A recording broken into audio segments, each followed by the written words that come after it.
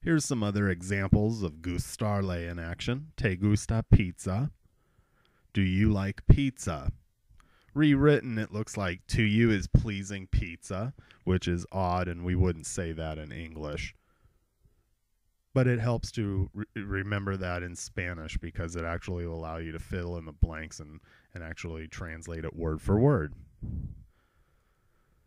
If you want, you can put the subject in front. Mi mamá le gusta la comida mexicana. To my mom, to her, pleases the Mexican food.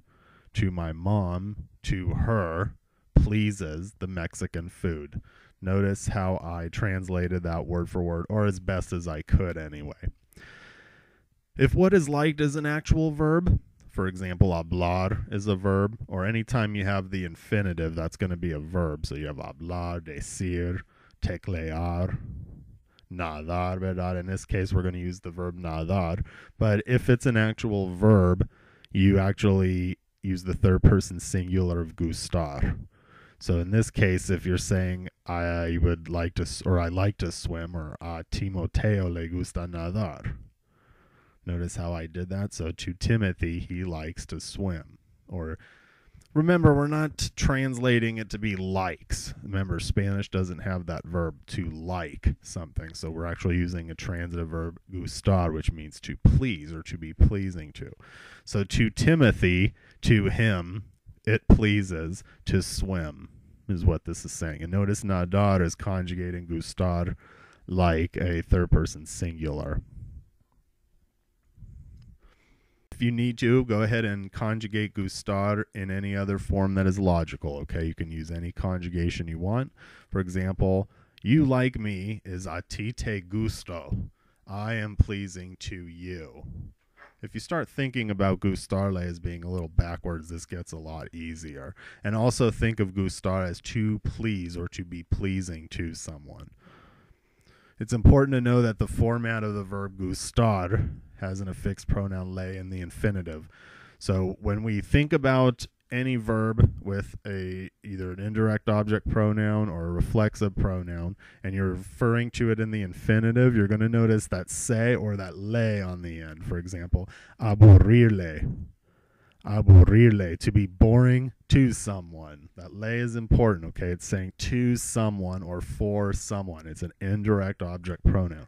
So if I say, me aburren las películas románticas, me aburren las películas románticas.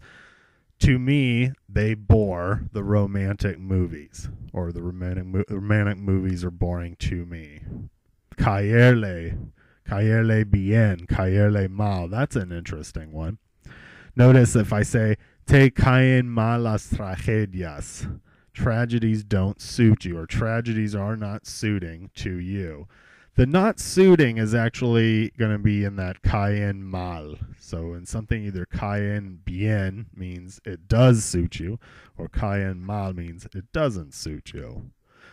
Molestarle, to be bothering to someone. Me molestan los platos sucios. Dirty dishes bother me.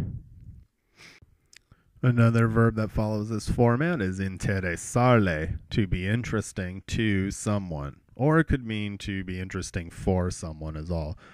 Pero a Ramón le interesa cocinar. Notice the subject here is the verb cocinar, to cook, and that's what's interesting to Ramón. So we say a él or a Ramón le interesa cocinar. A Ramón le interesa cocinar. Here are more verbs that are similar to gustarle.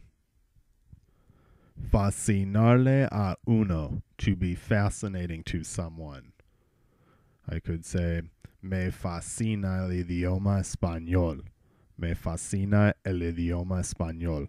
The Spanish language, el idioma español, is what's fascinating to me. Bastarle a uno, to be enough to someone or to be sufficient, right? Me basta la comida, I've had enough food. Importarle a uno, to be important to someone, to matter to someone, okay? You could say, a mí no me importa donde vamos. It doesn't matter to me, or it's not important to me where we go. Disgustarle a uno, disgustarle a uno, dolerle a uno. You'll probably hear that in a hospital. So if I say doler is transitive and it's an O to UE stem change. So I would say me duele la pierna. Doctor, me duele la pierna. My leg hurts me. Encantarle a uno, which is a synonym for gustarle. So you can use, instead of me gusta, you could say me encanta. Me queda algo. I have something left over, right? Quedarle a uno, to be remaining to some. And remember that pronouns can be attached to the infinitive of the verb or be placed before the conjugated one. What that means is if you take, for example, encantarle, I'm going to say, this is going to please you. You're going to say, esto va a encantarte, with the pronoun at the very end. So notice lo voy a leer or voy a leerlo. Lo in this case would be any singular masculine object. If you're attached to a gerund, pronouns force the need for a phonetic accent. For example, estoy charlándote. Estoy charlándote. I'm chatting to you. I can also say te estoy charlando.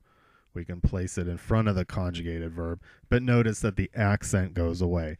As in a couple more lessons, we're actually going to take a look back into the phonetics of the Spanish language.